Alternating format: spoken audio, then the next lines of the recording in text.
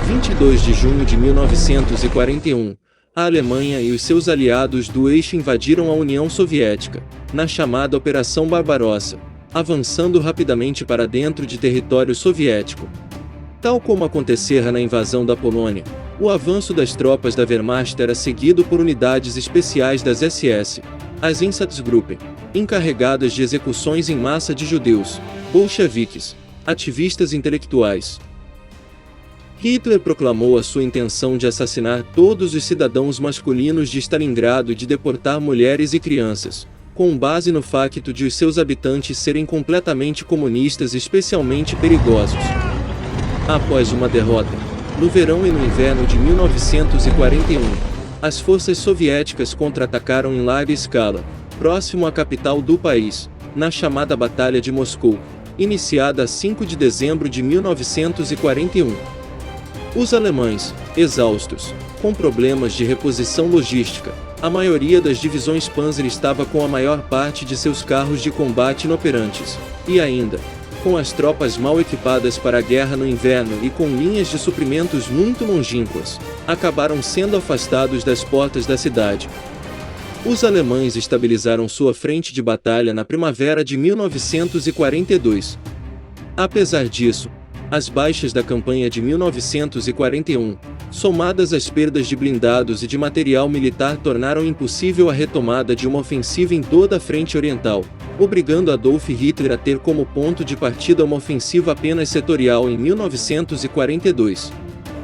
Planos para lançar uma segunda ofensiva contra Moscou foram rejeitados, não apenas porque o grupo central do exército estava demasiadamente enfraquecido para um ataque, mas, ainda, pela concepção de Hitler que um ataque na direção sudeste da URSS, mais precisamente na Ucrânia, propiciaria vantagens econômicas, devidos aos cereais e petróleo.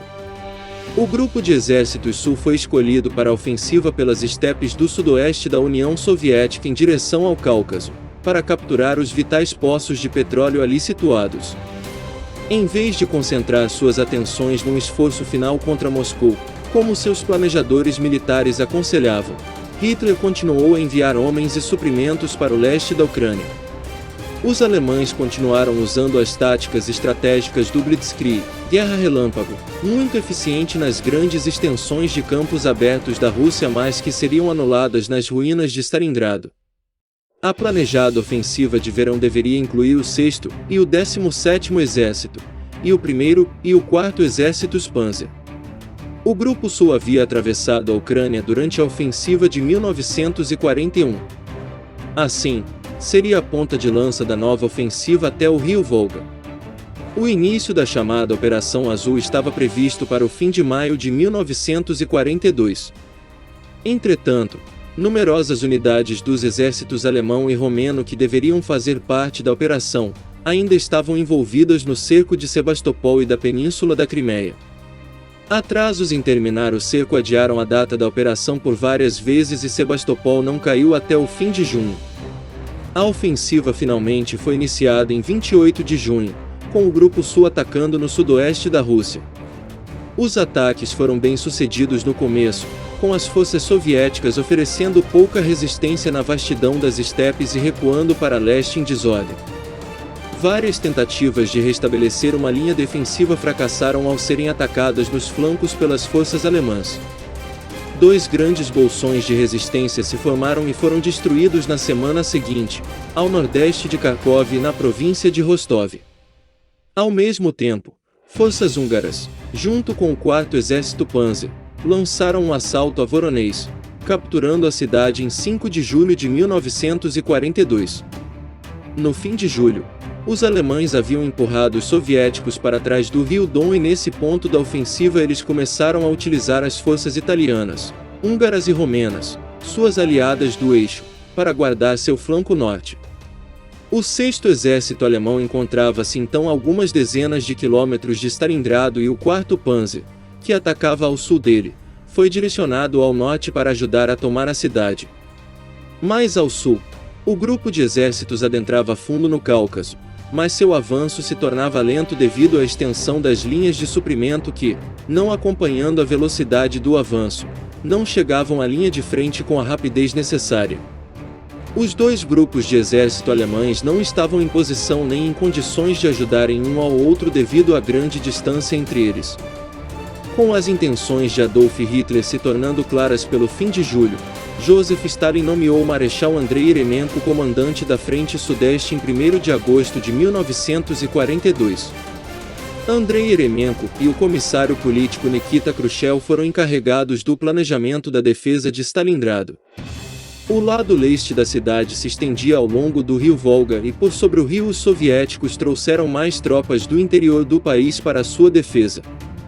Todas estas unidades combinadas, as que recuavam e os reforços trazidos pelo rio, formaram o 62º Exército Soviético e seu comando foi entregue ao general Vassili Chuikov em 1º de setembro. As ordens de Chuikov foram as de defender Stalingrado a qualquer preço. Antes que a Wehrmacht alcançasse a cidade propriamente dita, a Luftwaffe havia atacado no rio Volga, via vital para o movimento de suprimentos em direção à cidade, deixando-o praticamente inutilizável para a navegação de barcos soviéticos. Entre 25 e 31 de julho, 32 navios e balsas foram afundados no rio. A batalha começou sob pesado bombardeio da Força Aérea Alemã a Stalingrado, com cerca de 1.000 toneladas de bombas jogadas sobre a cidade e seus arredores, transformando-a quase em destroços. Apesar de algumas estruturas de fábricas ainda sobreviverem e continuarem sua produção de guerra em turnos de 24 horas, Joseph Stalin havia impedido os civis de deixarem o lugar, sob a premissa de que sua presença ali encorajaria ainda mais as forças soviéticas a defenderem-na, sendo postos a ajudar cavando trincheiras e fortificações defensivas em todo o perímetro urbano. Em 23 de agosto, teve início um forte bombardeio aéreo que durou 5 dias, causando um grande incêndio, matando cerca de 40.000 civis e transformando Stalingrado numa paisagem repleta de destroços e ruínas fumegantes. 90% do bairro de Voroshilovsk foi destruído. A impotente força aérea soviética foi esmagada pela Luftwaffe, perdendo 201 aviões no período de uma semana no fim de agosto. Apesar de reforços aéreos trazidos, as perdas continuaram grandes durante o mês de setembro, fazendo com que a Força Aérea Alemã tivesse o domínio completo dos céus sobre Stalingrado e regiões próximas durante as primeiras semanas de combate. O peso da defesa inicial da cidade caiu em cima de um regimento de artilharia antiaérea, composto por jovens mulheres voluntárias, sem treinamento específico de tiro para alvos terrestres. Apesar disto, e sem nenhum apoio de outras unidades soviéticas, suas atiradoras continuaram em seus postos disparando contra os tanques Panzers. O comando da divisão Panzer que as enfrentou, comunicou que foi necessário eliminar uma a uma até que todas as baterias estivessem destruídas.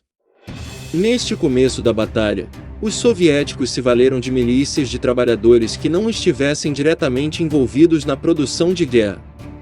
Por algum tempo, tanques continuaram a ser produzidos nas fábricas e a ser tripulados por operários.